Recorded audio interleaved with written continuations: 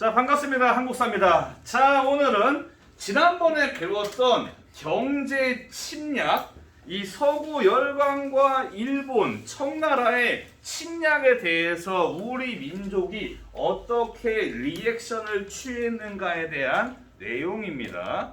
자, 제가 지난번 수업을 할 때 대충 오늘 배울 것들을 예상할 수 있게 설명을 했어요.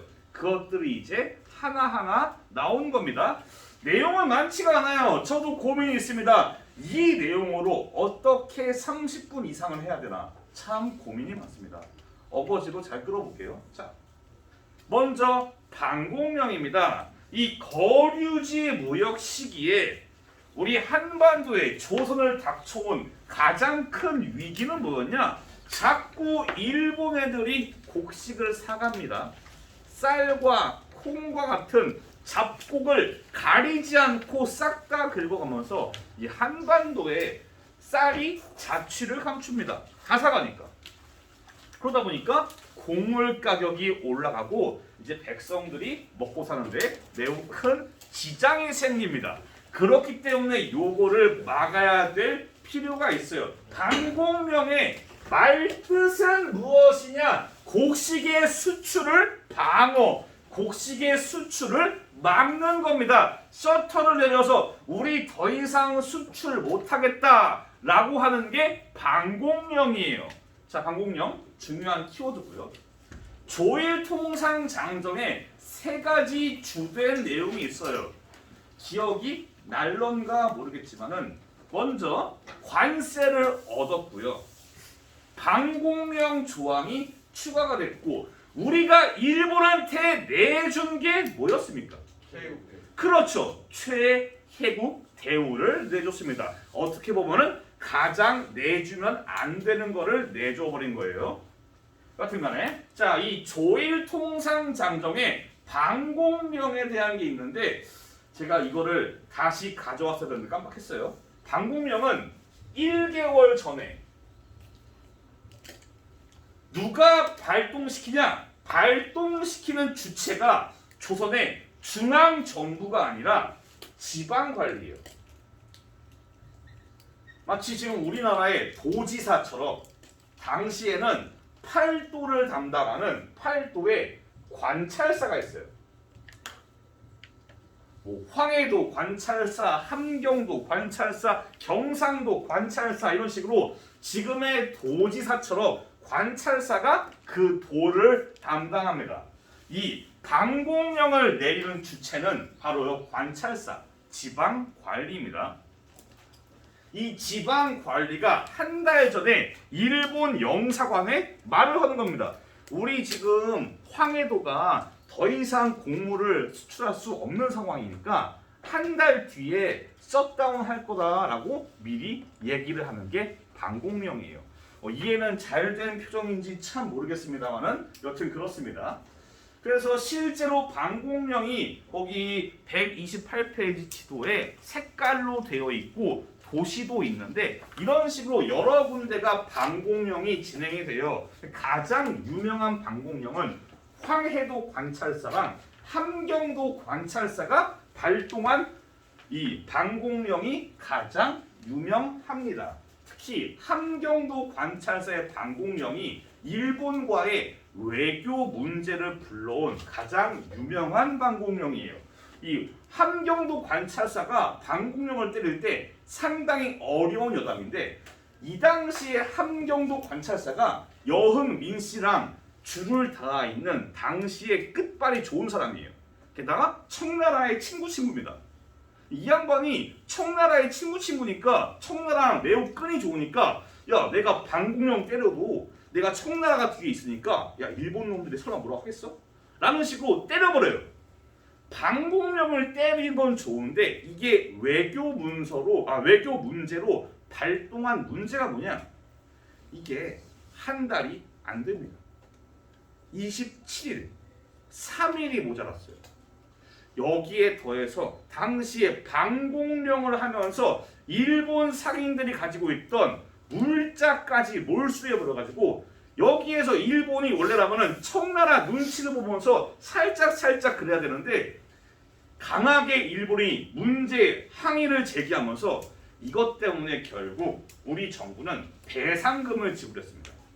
방공명은 캔슬됐고요. 배상금 지불했고 함경도 관찰사는 그 자리에서 잘립니다. 방공명은 결국 실패로 돌아갔어요. 그 다음에 방공명을 누가 할까요? 함부로 못해요. 실수로 잘못하면은 나라가 배상금을 쳐맞고 내가 관직에서 잘립니다.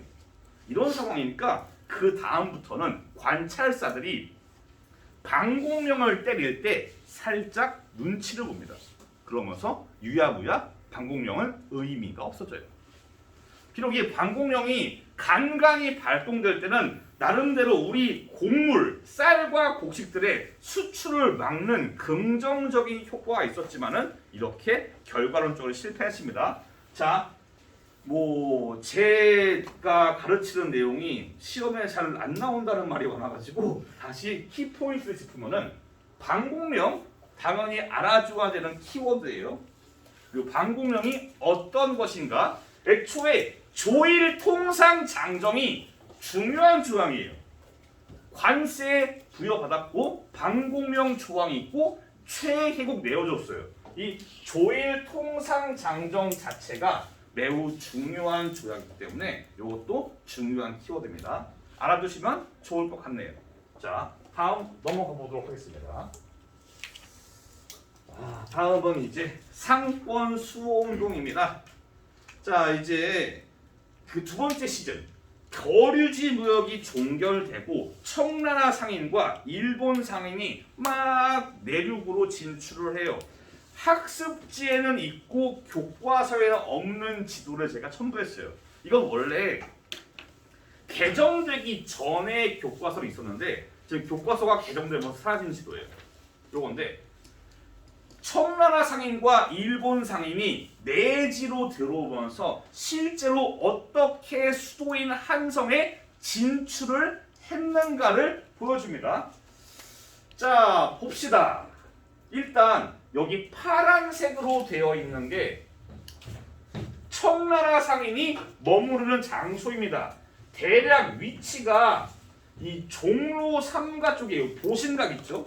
종강역에 내리면 보이는 보신각, 즉 종로 쪽부터 약간 살짝 명동을 거치는 이쪽이에요. 일본 상인들은 어디 있냐? 여기 있는 빨간색, 여기가 을지로, 충무로 그쪽입니다. 을지로와 충무로는 이때부터 일제강점기까지 일본인들이 머무르는 장소로 계속 유지가 돼요. 여튼 이렇게 청나라 상인과 일본 상인이 당시에 한성까지 진출해서 여러분들이 아직 안 배웠는데 2학기에 배우겠죠. 조선시대에 한양에는 시전이라는 상인들이 있어요. 얘네들이 어디에 위치하냐? 이쪽에 있어요. 여기가 시전입니다. 즉 보면은 한양의 메인 상점 거리인 시전의 앞쪽까지 청과 일본이 진출한 상황이에요. 와가지고 남의 나와가리에 와가지고 지들끼리 서로 경쟁을 합니다. 누가 많이 팔아먹나? 레이스를 해요. 이런 상황이니까 당연히 얘들이 기분이 나쁘죠. 저놈들은 뭔데 남의 나라에 와가지고 남의 수도에서 장사질을 하냐? 라고 분노를 합니다. 이들이 당연히 리액션을 취하겠죠. 이렇게 청과 일본 상인이 왔을 때 우리 민족은 어떠한 리액션을 취하냐? 먼저 이 상인들도 체급이 달라요. 좀 약간 규모가 큰 상인들이 있을 수 있고 영세한 상인이 있을 수 있어요. 이 영세한 상인들은 일본이나 청 상인과 1대1로 맞다이를 뜰 수가 없어요. 체급이 다르니까. 얘들은 결국 덩치를 키우기 위해서 다른 상인들과 연대해서 근대적인 상업회사인 상회사를 세웁니다. 회사를 세워서 일본 상인과 청 상인과 맞서 싸우기 위해서 결집을 한 거예요. 덩치가 큰 얘들은 직접 1대1로 대항을 합니다. 당시에 우리가 마찬가지로 아직 안 배웠던 조선시대의 상업인데 조선시대의 후기쯤에 이제 민간 상인들이 성장을 해요. 과거에는 정부가 상업을 통제를 했어요. 근데 조선 후기 가면서 상업이 성장을 하면서 민간 상업들이 발달을 하는데 대표적인 마치 축구판 있잖아. 빅4, 막 맨시티, 첼시, 맨유, 리버풀 뭐 이렇게 빅4가 있는데 그런 것처럼 당시의 조선 상업계도 빅4가 있어요. 의주에 있는 이거 적을 필요 없어요. 만상. 부산에 있는 내상, 동래의 내상, 그리고 개성에 있는 송상, 그리고 여기 한양에 있는 경강상인. 이 경강상인이 뭔 뜻이냐? 경강, 수도를 흐르는 강이에요. 즉 한강입니다. 한강을 근거지로 해서 유통업에 종사하는 게 경강상인이고, 의주, 얘들은 어디랑 무역을 할까요? 청, 중국권, 부산의 내산, 일본, 개성은 좀 특이해요. 여기는 전국적으로 활동합니다. 얘들 주 유통망에 종사하고 개성 지역에서 당시 조선의 한반도에 가장 원탑인 수출품이 뭐냐? 인삼이에요. 인삼. 한반도에서 나온 인삼이 동아시아의 최고의 약재로 손꼽힙니다. 실제로 고종 황제가 인삼 판돈으로 황실에 비자금 마련하는데 그게 어마어마합니다. 어쨌든 간에 개성은 그래요. 인삼 장사. 이 중에서 누가 제일 리그에서 우승을 많이 하냐? 여기 있는 경강상인이에요. 아무래도 한양 근처에서 활동을 하니까 덩치가 제일 큽니다. 얘들이 계속 활동하다가 이제 한성에, 한양에 자꾸 일본과 청상이 오니까 한강을 중심으로 하는 얘들은 자기들을 업그레이드하기 위해서 서양 스타일의 배인 증기선을 삽니다. 덩치가 크니까 이게 돼요. 이런 걸 사서 실제로 청상인과 일본 상인과 대항해서 유통망 전쟁을 펼칩니다. 마치 뭐 있잖아. 롯데랑 신세계 이런 유통 전쟁처럼 그런 느낌처럼 우리도 칠 수 없다라고 하면서 경강상인들이 유통에 본격적으로 나선 겁니다. 이해가 잘 되고 있나요? 막 주무시는 분도 계시고 참 그렇습니다. 예.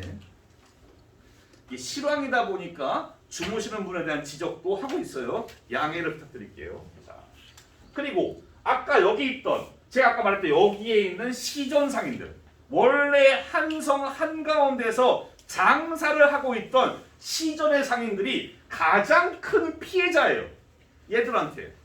얘들이 가장 본격적으로 정부한테 목소리를 내면서 지금 이 꼬라지가 말이 되냐?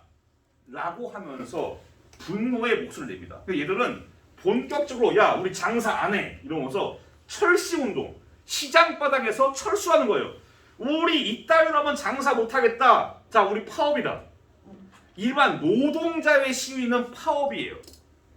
여러분들의 학생들의 시위는 동맹휴학입니다. 단체로 학교 안 나가요. 그런 경우 왜 좋아해?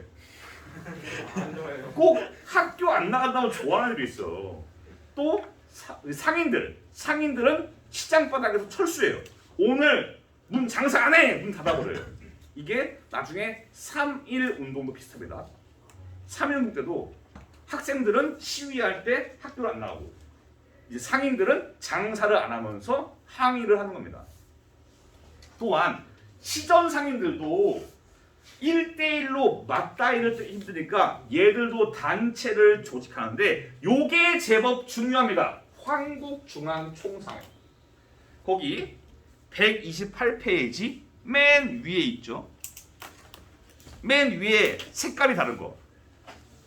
우리가 혈심으로 본회를 창립하고 규칙을 내었다. 이름은 황국중앙총상회를 한다. 여기 위에 여기 위에. 예. 그래서 황국중앙총상회를 조직합니다. 이러면서 이제 이 청과 일본의 상인들과 아웅다웅 하는 겁니다.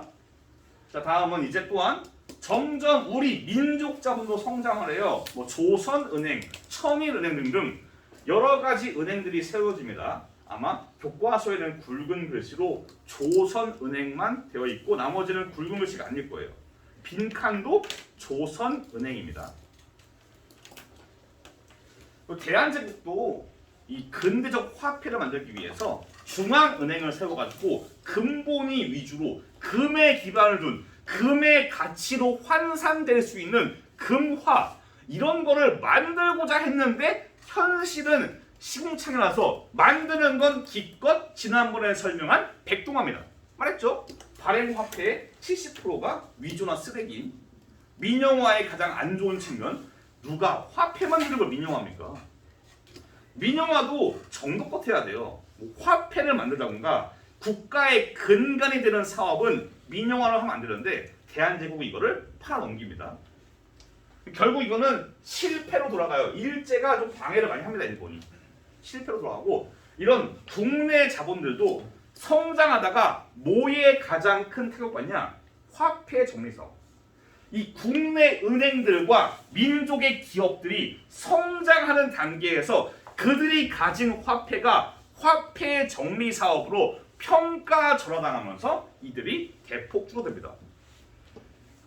이 평가절하가 이런 느낌이에요. 내가 월급 받는데 월급을 비트코인을 받아요. 그런 느낌이야. 이게 대박 날 수도 있는데 쪽박일 경우가 있어요. 예, 제가 300만 원 받는 거는 300만 원 어느 순간 100만 원 될 수 있는 겁니다. 토막 나가지고 막 월급을 도치코인을 받아요. 이런 느낌. 뭐 그런 느낌인 거예요. 여튼 키워드 다시 정리갑니다. 황국중앙총상의 중요한 키워드고 애초에 우리 민족이 왜 리액션을 했는가 이 상황 왜 우리가 황국중앙총상회를 조직하고 상회사를 만들고 이런 거를 왜 했는가 그 배경을 아셔야 되는 겁니다. 저는 이 사진 이 지도가 되게 중요하다고 생각하는데 교과서는 빠졌어요. 참 아쉽네요.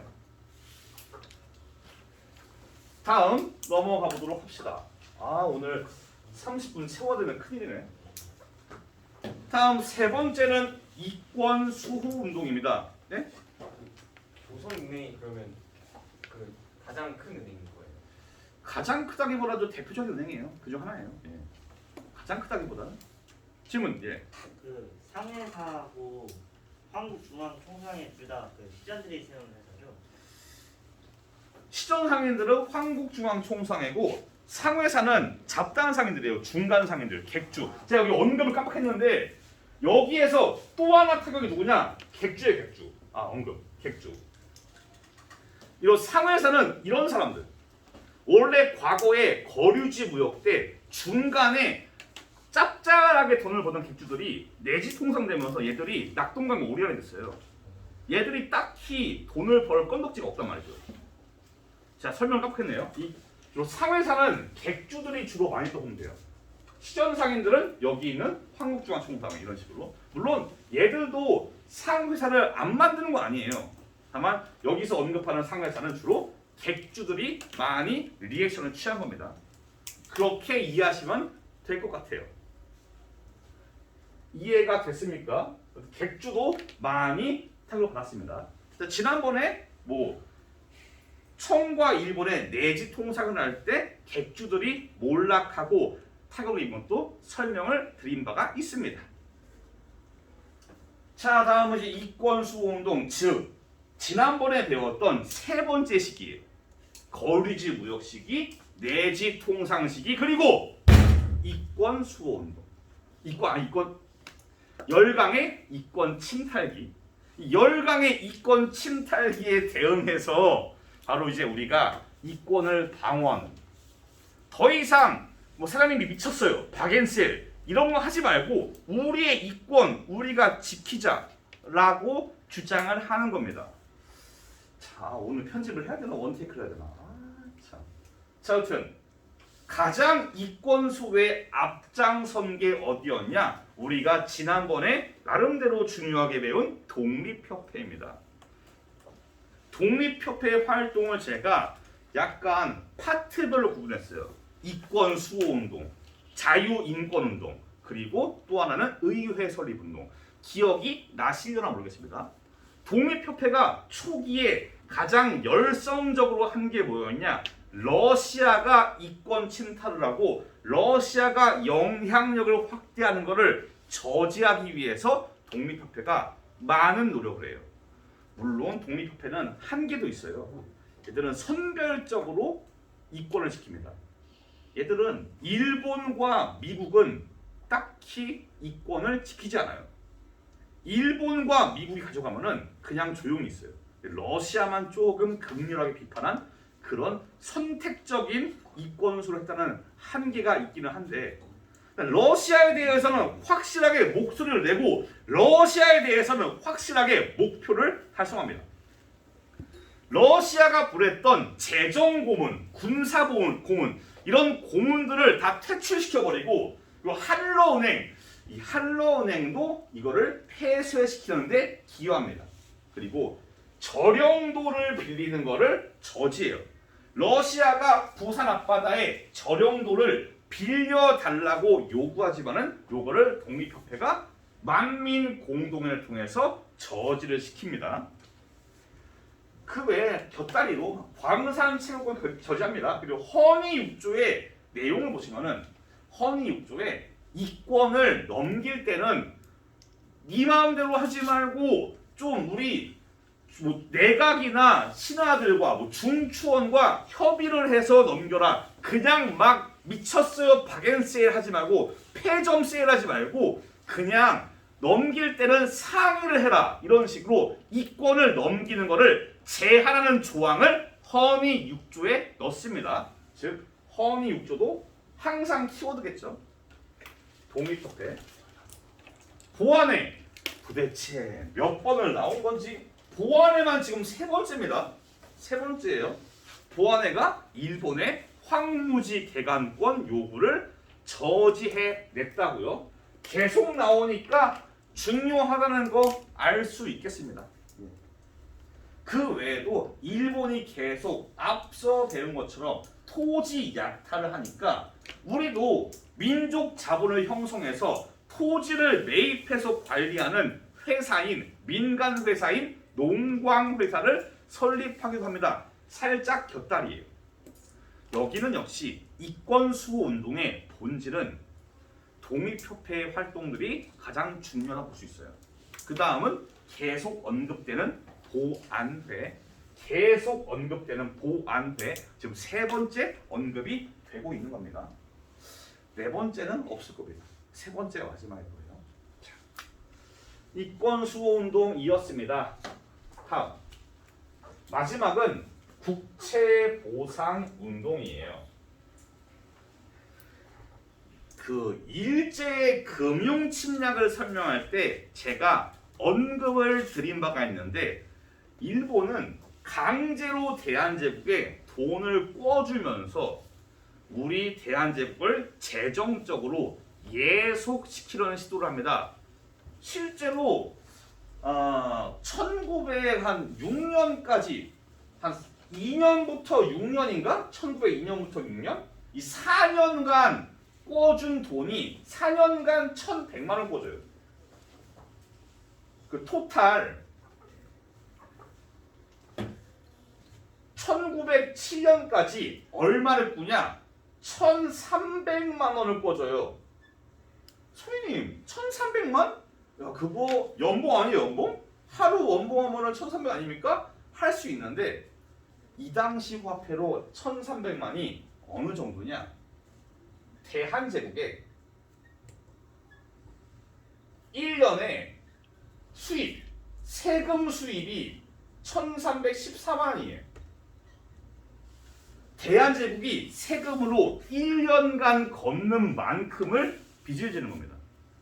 나라 꼬라지가 이게 이러고도 나라가 일본한테 매여있지 않으면 이게 비정상인 겁니다. 정말 그래요.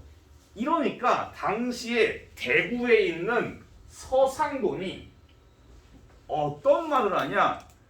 야, 지금 우리의 대한제국이 빚을 지고 있다. 누구한테? 일본한테.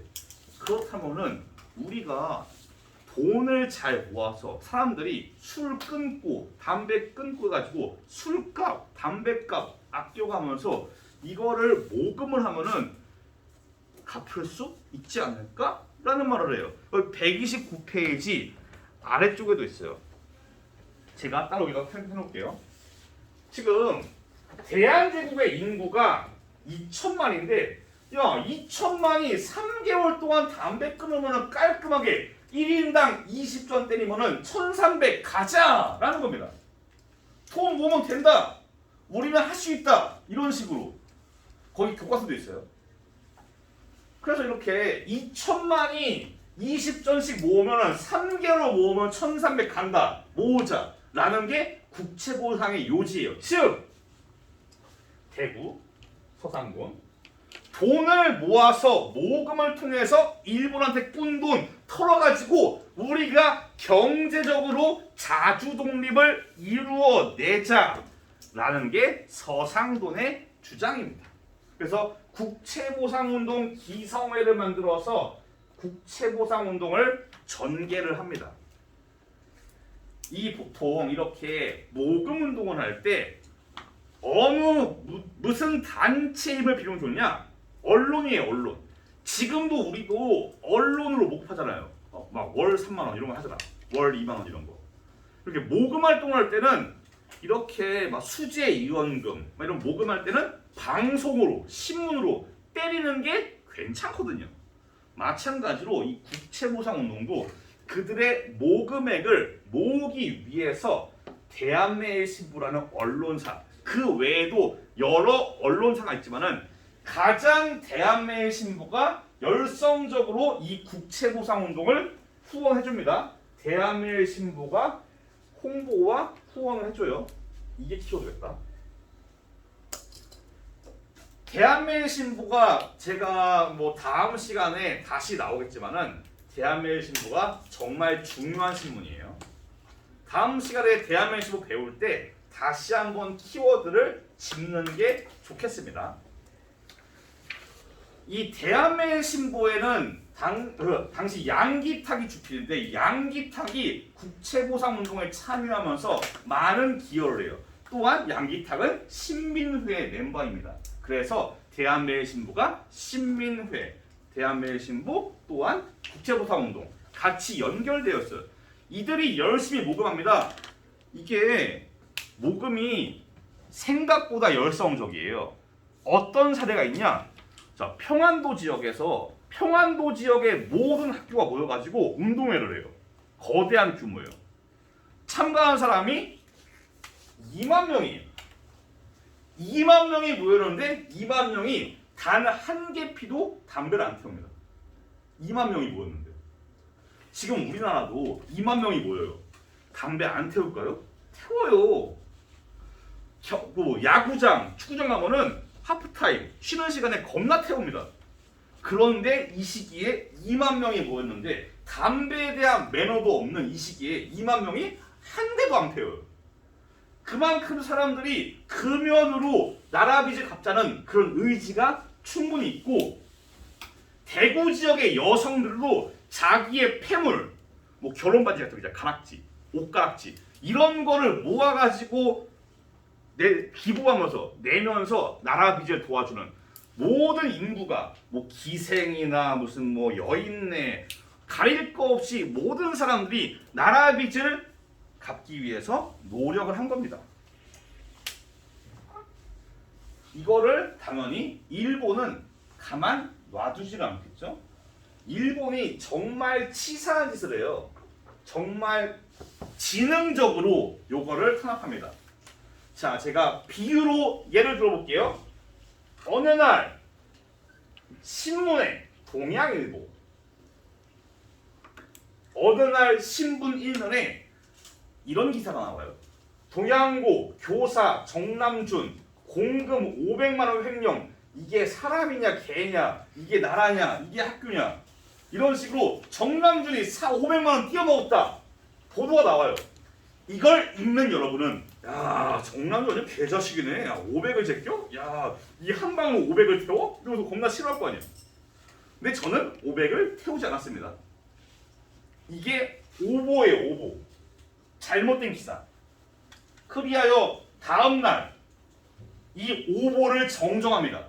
근데 작은 크기로 알려드립니다. 대헷 저번에 정남준 횡령 그거 아니래요. 대헷 미안하네요. 이런 식으로 지금도 똑같아요. 지금도 잘못된 기사의 정정은 같은 사이즈가 아닙니다.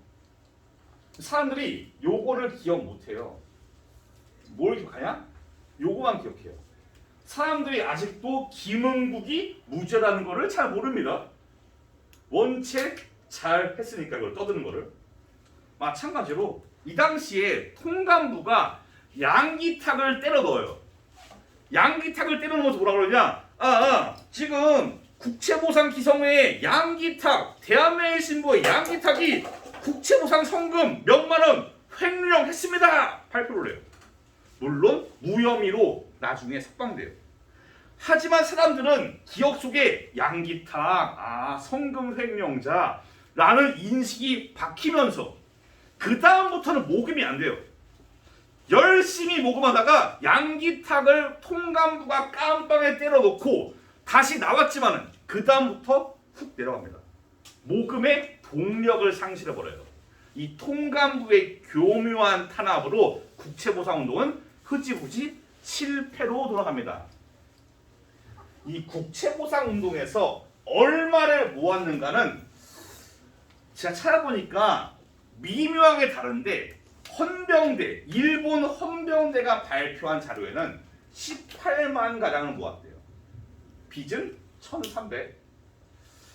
조금 택도 없죠. 어느 책에는 600을 모았다 하는데 그건 그 책이고 일단 일본의 발표를 믿자면은 18만이에요. 이거는 어디로 가냐? 나중에 일제가 꿀꺽 먹습니다. 이 모은 돈을 당시의 국채보상 기성회가 나름대로 뭔가 해보려고 농지를 매입하면서 활동을 하는데 그 순간 나라가 뺏깁니다. 나라가 뺏기면서 이거를 일제가 꿀꺽 해버리는 겁니다. 죽을 쏘가지고 개를 준 상황이에요. 안타깝습니다. 이 국채보상운동은 뭐랑도 연결되냐? 우리가 2학기에 배우는 우리 현대사.